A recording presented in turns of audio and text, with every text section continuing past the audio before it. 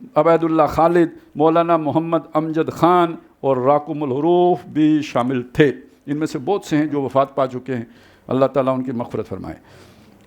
2 روزہ طویل مشاورت کے نتیجے میں مشترکہ اعلامیہ طے پایا جو مولانا مفتی محمد تقی عثمانی نے مرتب فرمایا، اور اس کے مختلف نکات پر تفصیلی بات چیت کے بعد اس کی منظوری دی گئی، اور پھر اسے 15 اپریل کو 150 کے لگ بھگ سرکردہ علماء اکرام کے ہاؤس کے سامنے پیش کیا گیا، اور اس پر 20 علماء اکرام نے اظہار خیال فرمایا، جس کی روشنی میں اس میں متعدد ترامیم کے بعد اسے آخری شکل میں منظور کیا گیا، جبکہ راکم الحروف کی مرتب کردہ قراردادیں بھی انہی مراحل سے گزر کر متفقہ طور پر منظور ہوئیں۔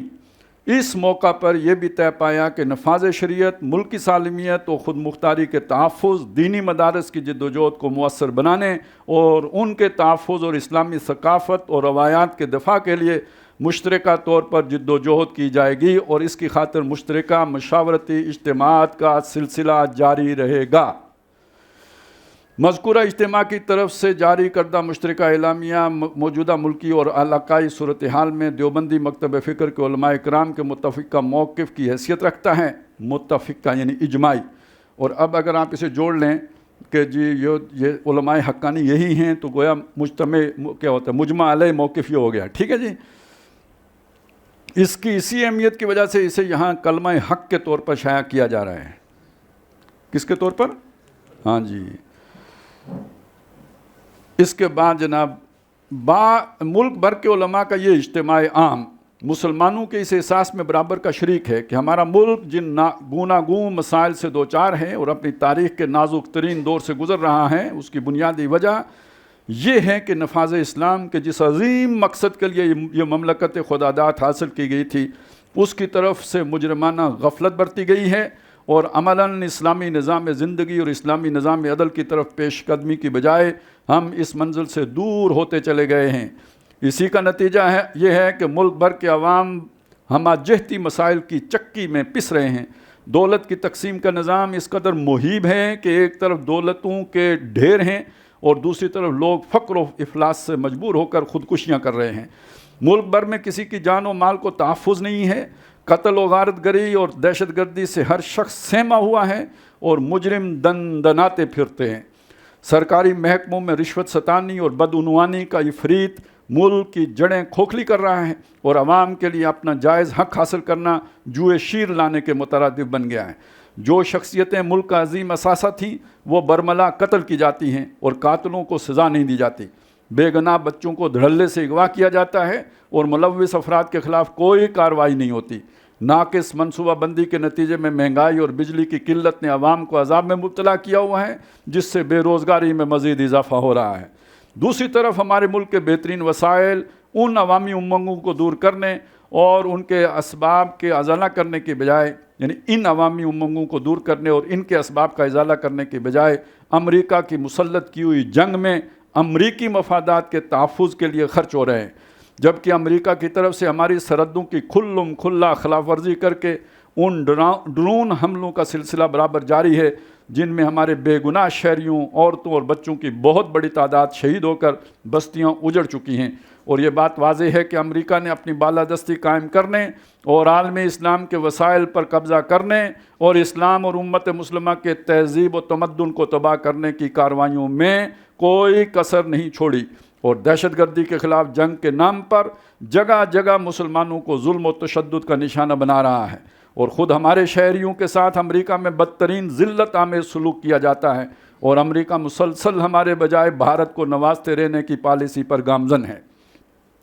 اس سب کے باوجود حکومت کی پالیسیوں میں امریکی خوشنودی حاصل کرنے کے لیے ملکی مفادات کو بے دھڑک قربان کیا جا رہا ہے۔ جب اجتماعی سطح پر مسلمانوں کو اس قسم کے مسائل درپیش ہوں تو اس وقت بطور خاص اس بات کی ضرورت ہوتی ہے کہ اللہ تعالیٰ کی طرف رجوع کر کے اس کی نافرمانیوں سے بچا جائے، لیکن ان حالات میں بھی ملک میں بددینی کو فروغ مل رہا ہے، عریانی و فحاشی پر کوئی روک نہیں، نفاذ شریعت کی پرامن کوششوں کو درخور اعتنا ہی نہیں سمجھا جاتا، اور سود، قمار اور دوسری محرمات کو شیر مادر سمجھ لیا گیا ہے۔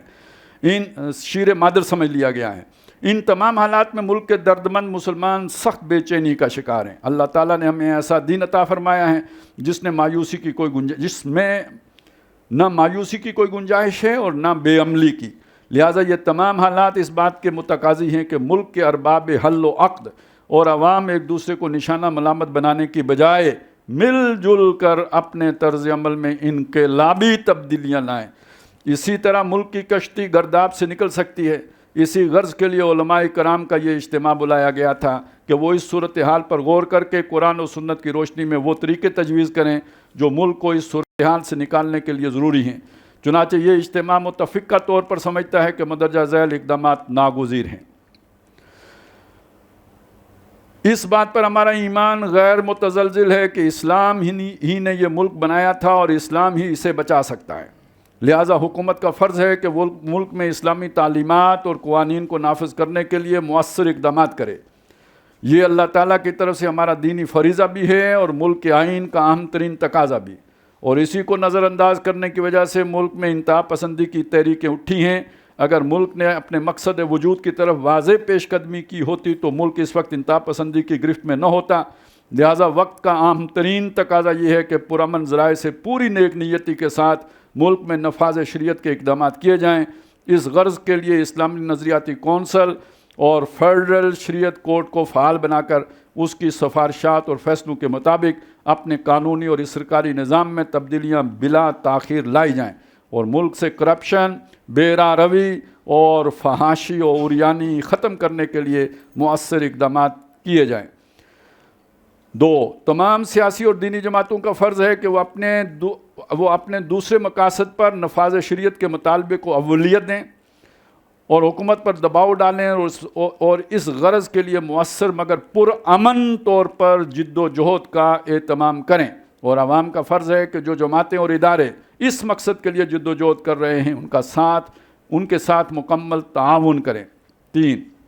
اس وقت ملک کا سب سے بڑا مسئلہ دہشت گردی کو قرار دیا جا رہا ہے، اور اس میں کوئی شک نہیں ہے کہ دہشت گردی نے ملک کو اجاڑنے میں کوئی کسر نہیں چھوڑ رکھی۔ جگہ جگہ خودکش حملوں اور تخریبی کارروائیوں نے ملک کو بدامنی کی آماجگاہ بنایا ہوا ہے۔ ان تخریبی کارروائیوں کی تمام محب وطن حلقوں کی طرف سے بار بار مذمت کی گئی ہے اور انہیں سراسر ناجائز قرار دیا گیا ہے، لیکن اس تمام مذمت کے باوجود یہ کارروائیاں مستقل جاری ہیں۔ لہٰذا اس صورتحال کا ٹھنڈے دل سے جائزہ لینے کی ضرورت ہے کہ آخر ملک بھر کی متفقہ مذمت اور فوجی طاقت کے استعمال کے باوجود یہ کارروائیاں کیوں جاری ہیں اور اس کی بنیادی اسباب کیا ہیں۔ ہماری نظر میں اس صورتحال کا بہت بڑا سبب وہ افغان پالیسی ہے جو جنرل پرویز مشرف صاحب نے غلامانہ ذہنیت کے تحت کسی تحفظ کے بغیر شروع کر دی تھی اور آج تک اسی پر عمل ہوتا چلا آ رہا ہے، جبکہ یہ حقیقت بالکل واضح ہے کہ اس نے ہمارے ملک کو زخمی کرنے کے سوا کوئی خدمت انجام نہیں دی۔ لہٰذا ہمارا مطالبہ یہ ہے کہ حکومت امریکہ نوازی کی اس پالیسی کو ترک کر کے افغانستان کی جنگ سے اپنے آپ کو بالکل الگ کرے اور امریکی افواج کو مدد پہنچانے کے تمام اقدامات سے دستبردار ہو۔ 4. لیکن یہ بھی اپنی جگہ حقیقت ہے کہ حکومت کی غلط پالیسیوں کا مطلب یہ نہیں کہ ہم خود اپنے گھر کو آگ لگا بیٹھیں۔ لہٰذا ہم پورے اعتماد اور دیانت کے ساتھ اس بات پر یقین رکھتے ہیں کہ پاکستان کے موجودہ حالات میں نفاذ اسلام یا نفاذ شریعت اور ملک کو غیر ملکی تسلط سے نجات حاصل کرنے کے لیے پرامن جد و جہد ہی بہترین حکمت عملی ہے، اور مسلح جد و جہد شرعی اعتبار سے غلط ہونے کے علاوہ مقاصد کے لیے بھی سخت مضر ہے، اور اس کا براہ راست فائدہ ہمارے دشمنوں کو پہنچ رہا ہے اور امریکہ اسے اس علاقے میں اثر و رسوخ کو دوام بخشنے کے لیے استعمال کر رہا ہے۔ اگر کوئی شخص اخلاص کے ساتھ اسے دین کا تقاضا سمجھتا ہے تو یہ اجتماع اس بات پر اتفاق کرتا ہے کہ ایسے حضرات کو حالات کے تقاضوں اور ضرورتوں سے آگاہ کر کے مثبت کردار کی ادائیگی پر آمادہ کرنے کے لیے ناصحانہ اور خیرخواہانہ روش اختیار کی جائے۔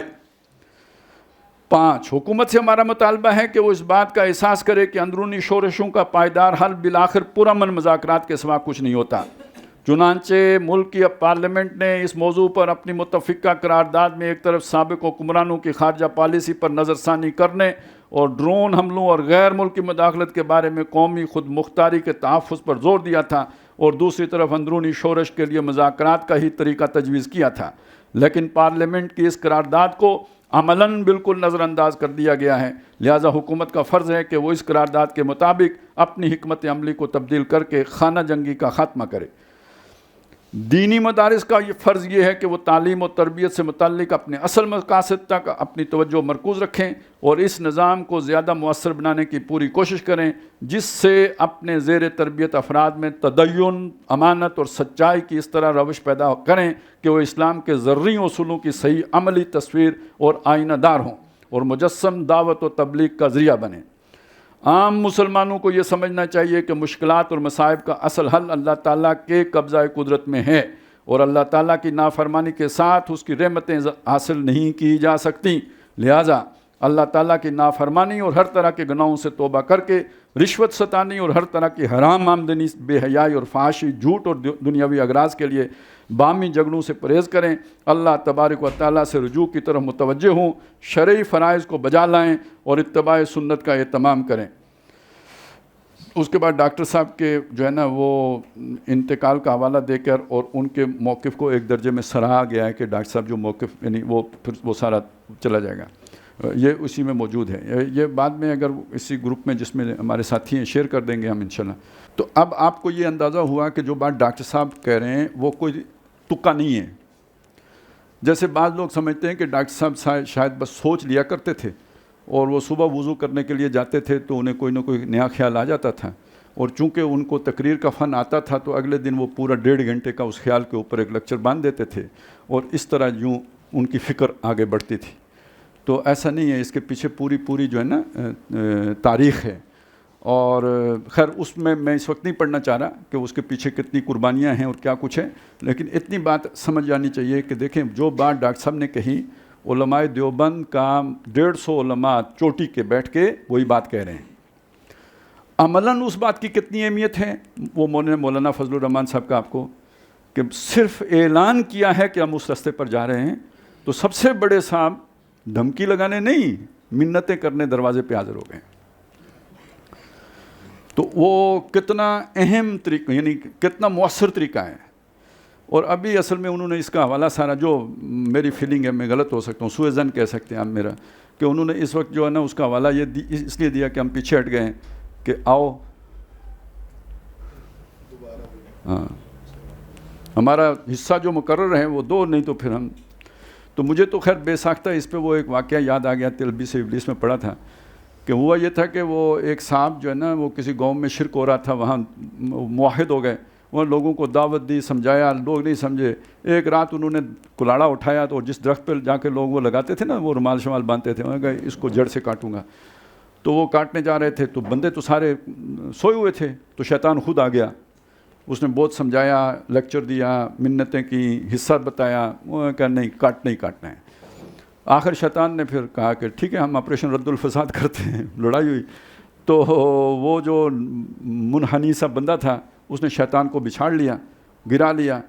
شیطان نے کہا یار میری بات سن، تو طریقہ غلط اختیار کر رہا ہے، یہ دہشت گردی صحیح طریقہ نہیں ہے، تو میں تجھے بتاتا ہوں، تو لوگوں کو سمجھا، لوگ اپنی آزاد مرضی سے شرک چھوڑ دیں۔ انہوں نے کہا بہت سمجھایا، نہیں ٹھیک ہوتے۔ انہوں نے کہا نہیں تمہارا سمجھانے کا طریقہ غلط ہے۔ انہوں نے کہا صحیح طریقہ کیا ہے؟ انہوں نے کہا پہلے لوگوں کو کھانا کھلاؤ، پھر حلوات کھلاؤ، راضی بازی کرو، پھر اس کے بعد جب تم بات کرو گے تو سنیں گے۔ انہوں نے کہا میرے پاس پیسے ہی نہیں ہیں۔ انہوں نے کہا پیسوں کی کیا فکر ہے، میں ہوں نا۔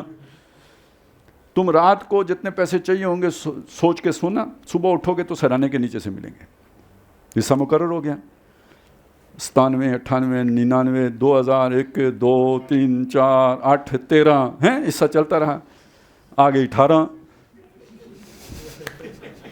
حصہ بند۔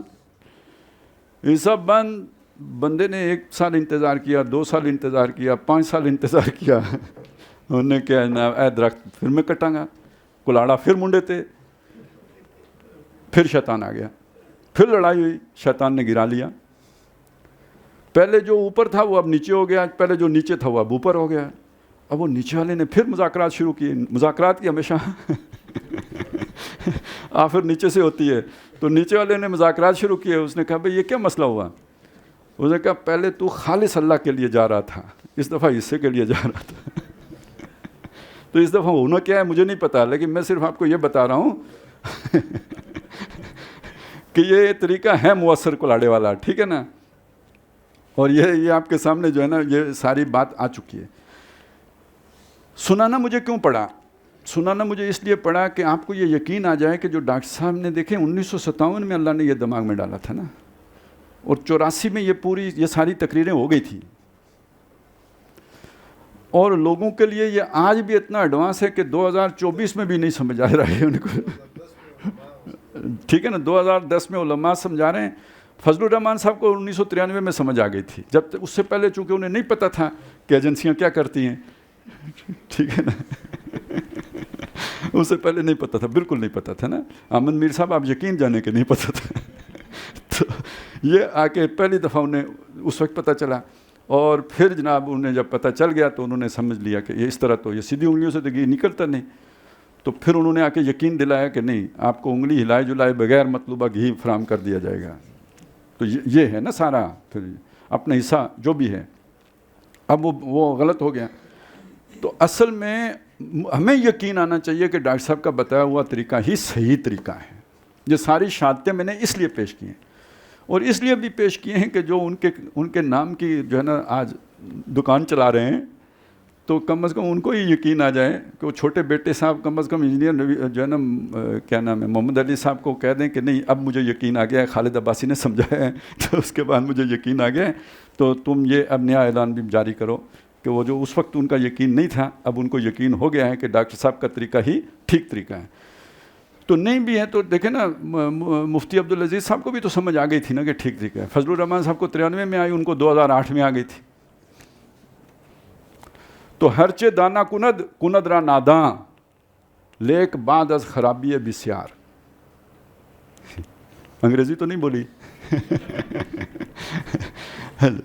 کہتے ہیں کہ ہرچے دانا کند، جو کچھ بھی سیانہ بندہ کرتا ہے، کند را ناداں، وہی نادان بھی کرتا ہے.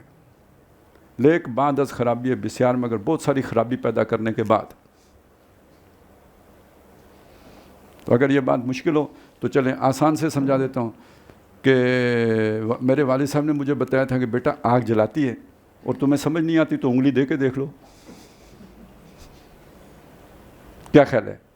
ہاں، تو اگر اس جملے کو آپ ٹرانسلیٹ کریں کہ آپ سمجھ لیں تو ٹھیک ہے، نہیں تو انگلی جلے گی تو سمجھ آ جائے گی. سب کی طرف ہے.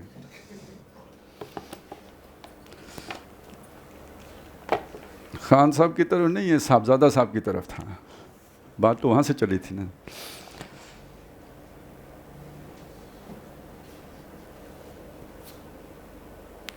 اچھا، اب اس میں ایک مسئلہ ہے، وہ ہے مسلح بغاوت ہو سکتی ہے یا نہیں. یہ ذیلی مسئلہ ہے، یہ جو ہم نے پڑھا تھا نا. چونکہ یہ بھی ہمارے ہاں اختلافی مسئلہ ہے، اور مسئلہ یہ ہے کہ ہمارے بعض علماء کی رائے یہ ہے کہ حکمران جیسے تیسے بھی ہوں ان کے خلاف خروج نہیں کیا جا سکتا، جنگ نہیں کی جا سکتی. تو ڈاکٹر صاحب اس کو بھی ذرا یعنی اس کو تنقیح کر رہے ہیں، اس کو کھول رہے ہیں. ایک غلط فہمی کا ازالہ. بعض حضرات کے ذہنوں میں جو یہ بات بیٹھ گئی ہے کہ کسی مسلمان حکمران کے خلاف مسلح اقدام کی شریعت میں سرے سے کوئی گنجائش نہیں ہے، تو یہ ایک بہت بڑا مغالطہ ہے. اگرچہ ہمارے یہاں یہ مسئلہ مختلف ہی ہے. مختلف ہی ہے کا مطلب کیا ہے؟ علماء میں اس کے بارے میں اختلاف ہے. لیکن یہ بات بھی متفقن علیہ نہیں ہے کہ کسی بھی حالت اور کسی بھی صورت میں کسی مسلمان حکمران کے خلاف خروج نہیں ہو سکتا یا بغاوت نہیں ہو سکتی. اس لیے کہ اس بات کو تسلیم کرنے کے معنی یہ ہوں گے کہ فساق و فجار کی حکومت کبھی ختم نہیں ہوگی. جو فاسق و فاجر ایک بار مسلط ہو گیا تو پھر اس کا یہ تسلط دائمی ہوگا، اور سوائے زبانی و کلامی نصیحت کرنے یا خاموش رہنے کے کوئی عملی اقدام کرنے کا حق اور اختیار باقی نہیں رہے گا. بلکہ اکثر حالات میں تو زبان پر بھی پیرے بٹھا دیے جائیں گے کہ تنقید تو کجا، دلسوزی، ہمدردی اور خیرخواہی سے نصیحت کرنے پر بھی زبان بندی کر دی جائے گی. ایسی صورت میں ظاہر بات ہے کہ وہ تسلط ہمیشہ باقی رہے گا اور کبھی ختم نہیں ہوگا. مجھے ویسے ڈر لگتا ہے کہ جتنی ہمیں آزادی مل گئی ہے ہر جھوٹ بکنے کی، گالی بکنے کی، جس طرح سوشل میڈیا پہ، تو اس کا نتیجہ کیا نکلے گا؟ ون فائن مارننگ جو ہے نا، سب سعودی عرب بنا ہوا ہوگا، پاک صاف، ارض مقدس. پڑھیے گر بیمار تو نہ ہو کوئی تیماردار. سب کی چھٹی ہو جائے گی۔ اس سلسلے میں غور کا مقام ہے کہ حضرت حسین رضی اللہ تعالیٰ عنہ اور عبداللہ ابن زبیر بن العوام رضی اللہ تعالیٰ عنہما نے حکومت کے خلاف جو اقدام فرمایا، تو ایک لمحے کے لیے بھی یہ باور نہیں کیا جا سکتا کہ ان حضرات گرامی کا اقدام خلاف شریعت تھا یا وہ کوئی ناجائز کام کر رہے تھے، معاذ اللہ ثم معاذ اللہ۔ حضرت حسین ابن علی اور حضرت عبداللہ ابن زبیر رضی اللہ تعالیٰ عنہم کے اقدامات ان حضرات کی اجتہادی غلطی تو ہو سکتی ہے، اس میں خطا کا امکان ہو سکتا ہے، لیکن اسے ناجائز کام یا حوث سے اقتدار ہرگز نہیں کہا جا سکتا۔ اس بات کا شائبہ بھی دل میں آ گیا تو عدالت خداوندی میں لینے کے دینے پڑ سکتے ہیں۔ یہی معاملہ حضرت عبداللہ بن عباس اور حضرت عبداللہ بن عمر رضی اللہ تعالیٰ عنہم کی رائے کے متعلق کہا جائے گا کہ اگر انہوں نے ان حضرات کو اقدام کرنے سے روکا اور یزید کی بیعت کر لی تو یہ ان کی اجتہادی رائے ہے جس میں خطا کا امکان ہے، لیکن اس کو بھی حرام قرار نہیں دیا جا سکتا۔ دو انتہاؤں کے درمیان میں ہمارے سلف و خلف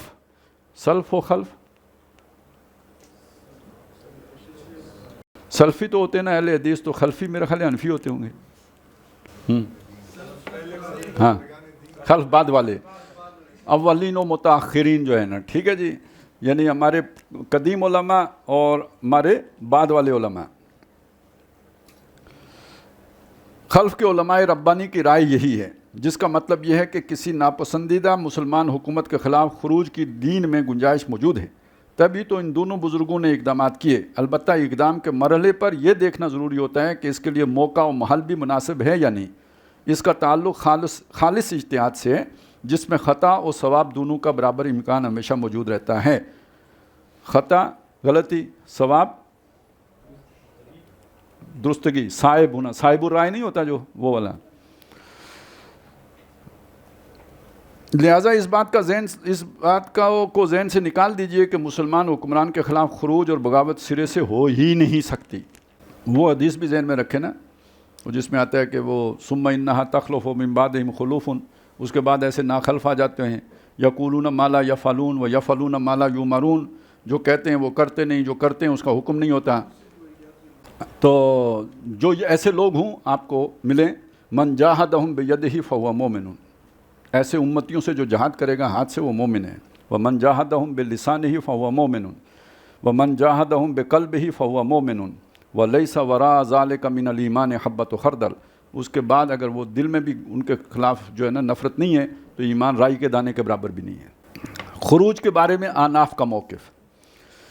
ہمارے اس ملک میں بسنے والے سنی مسلمانوں کی عظیم ترین اکثریت حنفی المسلک ہے، اور امام ابو حنیفہ کا موقف یہی ہے کہ فاسق و فاجر مسلمان حکمرانوں کے خلاف خروج ہو سکتا ہے، البتہ اس کے لیے شرائط بڑی کڑی ہیں۔ اب یہ بات سمجھنے کی ہے، دیکھیے پہلے اصولی بات کیا ہوئی کہ جناب ہو سکتا ہے، لیکن شرائط بہت کڑی ہیں، وہ اب ان پر غور، یہ تو نہیں جوش میں آیا ہو سکتا ہے تو کلہ پٹھان جناب سب کو فتح کرنے چل پڑا ہے، یہ تو نہیں ہو سکتا، اس کی شرائطیں وہ پہلے پوری ہوں گی تو پھر ہو سکتا ہے۔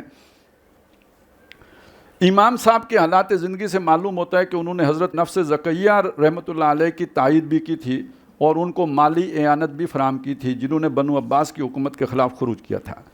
البتہ امام صاحب نور اللہ مرکدہ بنفس نفیس میدان میں نہیں آئے تھے۔ تاریخ کی تمام مستند کتابوں میں ان باتوں کا ثبوت موجود ہے، لہٰذا دینی اور شرعی اعتبار سے ایسا معاملہ نہیں ہے کہ کسی حال اور کسی صورت میں بھی کسی فاسق و فاجر حکمران کے خلاف خروج یا بغاوت نہ کی جا سکے۔ البتہ فقہائے احناف نے اس کے لیے بڑی کڑی شرائط عائد کی ہیں، لگائی ہیں۔ ایک شرط تو یہ کہ حکمرانوں کی طرف سے کھلم کھلا برملا کسی ایسی بات کا ظہور ہو رہا ہو جو خلاف اسلام ہے۔ مثلاً کوئی شخص اپنے گھر میں بیٹھ کر شراب پی رہا ہے تو یہ اس کا ذاتی معاملہ ہے، لیکن اگر وہ شراب نوشی کی ترویج کر رہا ہو، لوگوں کو اس کے استعمال کی ترغیب و تشویق دے رہا ہو تو معاملہ مختلف ہو جائے گا۔ ایسے حکمران کو معزول کرنے کے لیے قوت فراہم کرنا اور خروج کرنا بالکل جائز اقدام ہوگا۔ دوسری شرط یہ ہے، یعنی پہلے تو اس میں وہ خرابی پائی جاتی ہو، اب دوسری شرط کیا ہے کہ اس نظام کو بدلنے کے لیے جو لوگ اٹھیں ان کی طاقت اور ان کے اثرات اتنے زیادہ ہو چکے ہوں کہ وہ یقین رکھتے ہوں کہ ہم تبدیلی برپا کر دیں گے۔ یہ نہیں کہ تھوڑی سی طاقت کے ساتھ تصادم کا آغاز کر دیں جس کا نتیجہ بدامنی کی صورت میں ظاہر ہو اور وہ لوگ ختم ہو کر رہ جائیں۔ یہ 84-85 کے خطابات ہیں، لال مسجد 2007 میں ہوئی ہے، یہ نہ سمجھیں کہ ان کو دیکھ کے یہ باتیں کی گئی ہیں، وہ بعد میں ہوا، یہ بہت پہلے ہو گیا تھا۔ بلکہ صورت یہ ہونی چاہیے کہ بحالات ظاہر یہ امید واسق ہو کہ ہم نظام کو بدل سکتے ہیں، ایسا نہ ہو کہ کچھ لوگ اپنی جانوں کا ہدیہ پیش کر دیں اور نظام جوں کا توں قائم رہے۔ تو یہ ہے اس مسئلے کی خالص دینی اور شرعی حیثیت۔ اس میں ایک شرط اسی کے ذیل میں یہ بھی ہے کہ وہ اتنے طاقتور بھی ہوں کہ پہلا نظام ختم کر کے دوسرا نظام قائم بھی کر سکتے ہوں، یہ نہیں ہو کہ فساد کر کے چھوڑ دیں جو لیبیا میں ہو گیا ہے، ایسا بھی نہیں ہو۔ ایک قابل لحاظ نکتہ، موجودہ دور میں بالفعل یہ صورت پیدا ہو چکی ہے، اب یہ ہے وہ نئی حالات، اس کو سمجھ لیں۔ موجودہ دور میں بالفعل یہ صورت پیدا ہو چکی ہے کہ اب خروج یا بغاوت کا امکان ہی موجود نہیں، اس لیے کہ اس زمانے میں باقاعدہ تنخواہ دار فوجیں یعنی سٹینڈنگ آرمیز نہیں ہوتی تھی، اس زمانے میں نہیں ہوتی تھی، اگر ہوتی بھی تھی تو بہت کم، جبکہ آج کل قریباً ہر حکومت کے پاس لاکھوں کی تعداد میں تربیت یافتہ اور منظم فوجیں موجود ہوتی ہیں۔ ثانیاً اس دور میں جس نوع کا اسلحہ فوجوں کے پاس ہوتا تھا تقریباً اسی نوع کا عوام کے پاس بھی ہوتا تھا، تلواریں ادھر تو تلواریں ادھر۔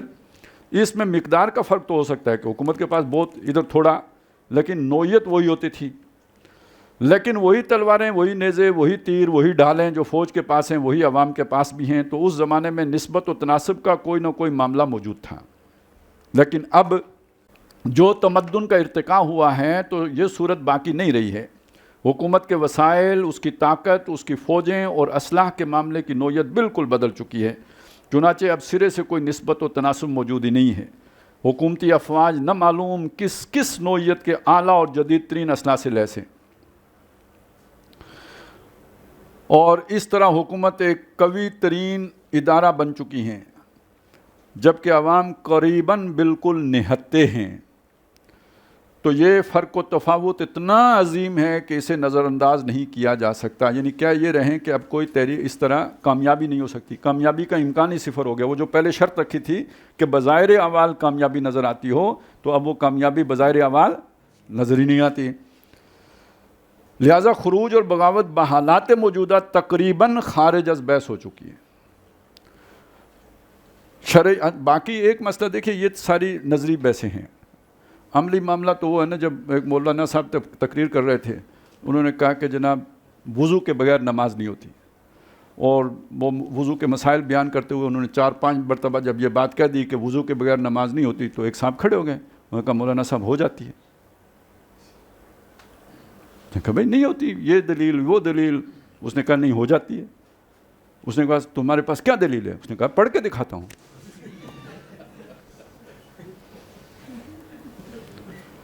تو اگر یہ ساری بات سننے کے بعد بھی کوئی کہے کہ میں کر کے دکھاتا ہوں، تو وہ دکھا تو سکتا ہے، ہم دیکھ رہے ہیں، لیکن نتیجہ وہی نکلے گا جو باقی جگہوں پہ نکلا ہے، اس سے ہٹ کے تو نہیں نکلے گا۔ تو ہم اسے وہی انگلی دے کے دیکھوں گا کہ جلاتی ہے کہ نہیں جلاتی، تو سیکھ تو ہو جائے گا، لیکن پتہ نہیں کتنی جانیں چلی جائیں گی، کتنی بدامنی پیدا کر دے گا۔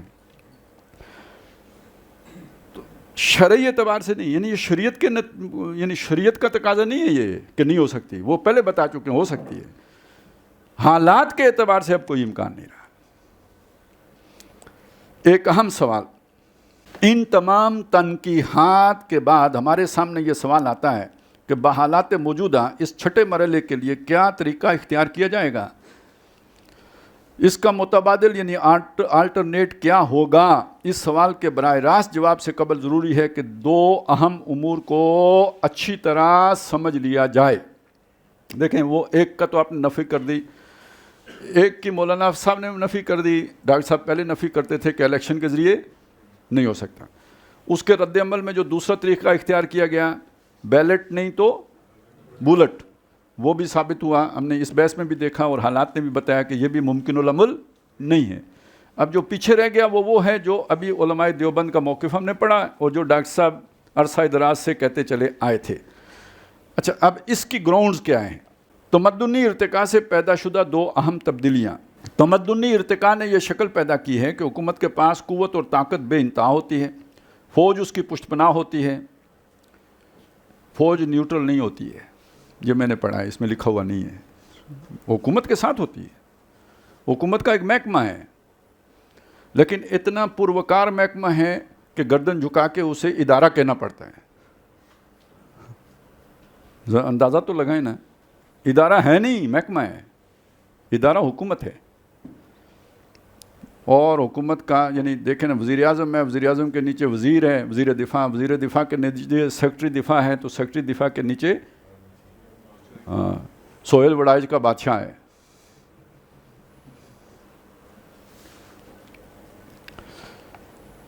تو ایک تو یہ ہو گیا جی کہ فوج اس کی پشپنا ہوتی ہے. اس موقع پر یہ بات بھی پیش نظر رکھیے کہ بات پاکستان کی نہیں ہو رہی بلکہ علمی اور اصولی نقطہ نظر سے ہو رہی ہے. FIR سے بچنے کا طریقہ یہ ہوتا ہے. آخر یہ مسئلہ شام میں بھی تو درپیش ہے جہاں الاخوان، یہ نیپال کی بات کر رہے ہیں یار، آپ کیوں پریشان ہوتے ہیں؟ حوصلہ رکھیں، نیپال کے جنگل کی بات ہے. آخر یہ مسئلہ شام میں بھی تو درپیش ہے جہاں الاخوان المسلمون نے اسلام کے لیے سر دھڑ کی بازی لگا رکھی ہے. لیکن مقابلہ کس سے ہے؟ حافظ الاسد کی حکومت سے، جس کے پاس جدید ترین اسلحہ سے لیس فوج موجود ہیں، جس کے پاس ہر طرح کے ذرائع و وسائل موجود ہیں، اور جس کی پشت پر روس جیسی سپر پاور موجود ہیں. لہٰذا الاخوان المسلمون کچلے جا رہے ہیں اور ان کی مسلح جد و جہد دم توڑ چکی ہے. پھر سوچئے کہ اسی طرح کا مسئلہ افغانستان میں ہو رہا ہے یا نہیں. کارمل بظاہر، یہ کارمل کا دور ہے جی، کارگل نہیں کہہ رہا ہوں کارمل ہے. یہ میرا خیال ہے ترقی سے پہلے تھا، ببرک کارمل ترقی سے پہلے تھا نا، یا اس کے پتہ نہیں، یہ پہلے تو وہ تھا نا داؤد تھا، تو اس کے بعد جو ہے نا پھر ان دو ہیں نہیں، نجیب ان دونوں کے بعد ہے، ترقی کے بعد ہے نجیب. ہیں ہاں، نجیب کے بعد طالبان آئے تھے، یہ پتہ ہے، اس کی لاش لٹکائی تھی اس لیے پتہ ہے. تو کارمل بظاہر مسلمان ہیں، آج تک تو نہیں سنا گیا کہ اس کی تکفیر کی گئی ہو. اس کے ساتھ جو افغانی فوج ہے وہ سب کے سب بہرحال مسلمان ہیں، مسلمان ماؤں کا دودھ پیے ہوئے ہیں. لیکن چونکہ فوج کا جدید تصور یہ ہے کہ جو شخص یا گروہ اقتدار میں ہو یا کسی طرح اقتدار میں آ جائے تو فوج اس کا حکم مانے، اس کو تحفظ فراہم کرے. کتنا دکھ ہوتا ہے جب خبریں آتی ہیں کہ اتنے کارمل فوجی مجاہدین کے ہاتھوں ہلاک ہو گئے. یہ ٹھیک ہے کہ مجاہدین اسلام کے لیے حریت کے لیے اور خدا ناآشنا بلکہ خدا دشمن روسی جارحیت کے خلاف جنگ کر رہے ہیں، اس لحاظ سے ان کی کامیابی پر خوشی ہوتی ہے. لیکن ساتھ ہی اس میں دکھ کا یہ پہلو بھی موجود ہے کہ ہلاک ہونے والے بھی تو مسلمان ہیں. وہ ایک حکم کے تحت جنگ کر رہے ہیں، دونوں طرف سے مسلمانوں ہی کا خون بہہ رہا ہے. اب یہ ہے امریکہ کی حکمت عملی. تمام مسلمان جتنے بھی ممالک ہیں ان میں آپ یہ بات کامن دیکھیں گے کہ دونوں کو امداد باہر سے مل رہی ہوگی، مارنے والوں کو بھی مرنے والوں کو بھی، اور دونوں طرف ہوں گے مسلمان ہی. اور ایک حدیث بھی ہے کہ جب نبی صلی اللہ علیہ وسلم نے دعا کی کہ میری امت پر کوئی ایسا مسلط نہ کر دینا کہ جو جبر کرے ان کے اوپر، ان کی گردنیں مارے، تو اللہ تعالیٰ نے فرمایا میں نے آپ کی یہ دعا قبول کی، لیکن یہ خود ایک دوسرے کے ساتھ. تو وہی ہو رہا ہے. مارنے والے کو نہیں پتہ ہوگا کہ کیوں مر رہا ہوں، اور مرنے والے کو نہیں پتہ ہوگا مر کیوں رہا ہوں، کیوں مارا جا رہا ہوں، اور مارنے والے کو نہیں پتہ ہوگا مار کیوں رہا ہوں. پراکسی ہوں گے نا، دونوں طرف پراکسیز ہوں گی. دونوں طرف سے مسلمان ہی کا خون بہ رہا ہے. روسی فوج کے لوگ تو کارمل فوج کی نسبت کم ہی مرے ہوں گے. دونوں طرف سے ایک دوسرے کے ہاتھوں مسلمان ہی ہلاک ہو رہے ہیں. اس طرح ہر ملک کے علیحدہ علیحدہ مسائل ہیں. چنانچہ ہمیں پاکستان کے حالات کو ایک طرف رکھ کر اصولی طور پر بات کو سمجھنا ہے، ٹھیک ہے نا. جہاں تمدنی ارتقاء نے حکومت کے ہاتھ میں بے پناہ قوت فوج کی شکل میں دے دی ہے، وہاں اس تمدنی ارتقاء کی بدولت دو اہم تبدیلیاں اور بھی آئی ہیں. دینی مزاج کے ہمارے اکثر لوگ ان تبدیلیوں سے واقف نہیں ہیں. دینی مزاج کے ہمارے اکثر لوگ ان تبدیلیوں سے واقف نہیں ہیں، ٹھیک ہے نا. جو زیادہ متقی ہیں وہ تو بالکل ہی واقف نہیں، کیونکہ نہ اخبار پڑھیں وہ تو شیطان کا خط ہے، نہ ٹیلی ویژن دیکھیں کہ وہاں عورتوں کا لباس ٹھیک نہیں ہوتا ہے، سوشل میڈیا تو ویسے ہی شیطان کا کارخانہ ہے. تو اس کے بعد انہیں پتہ کیا چلے گا کہ کیا تبدیلیاں آئی ہیں. چنانچہ راکم جب اسلامی انقلاب کے چھٹے مرحلے کے طور پر مسلح تصادم کی بات کرتا ہے، اور وہ یہ بھی جانتے ہیں کہ میں اور میری تنظیم پاکستان میں اسلامی انقلاب برپا کرنے کے لیے کوشاں ہیں، تو وہ چونک جاتے ہیں کہ یہ لوگ تو مسلح بغاوت کی بات کر رہے ہیں اور مسلمانوں کو مسلمانوں سے لڑوانا چاہتے ہیں. حالانکہ یہ بات درست نہیں ہے. جب سیرت مطہرہ علی صاحب صلاۃ وسلام سے فلسفہ انقلاب اخذ کیا جائے گا اور حضور صلی اللہ علیہ وسلم کی سیرت مبارکہ کے معروضی مطالعہ سے انقلاب محمدی کے مراحل و مدارج کے تعین کی کوشش کی جائے گی تو لا محالہ چھٹے اور آخری مرحلے کے طور پر مسلح تصادم کا ذکر آئے گا۔ البتہ راکم نے اس موضوع پر جب بھی اظہار خیال کیا ہے تو ان متبادل طریقوں کا بھی ذکر کیا ہے جو تمدن کے موجودہ ارتقاء نے دنیا کو دیے ہیں۔ ان میں سے پہلی سمجھنے کی بات جو ہے، میرا خیال ہے اب میں آپ کا سوال لے لیتا ہوں، یہ جو دیے ہیں نا، یہ پھر ہم دیکھیں گے آگے تسلی سے پڑھ لیں گے کہ وہ طریقے کیا ہیں۔ جی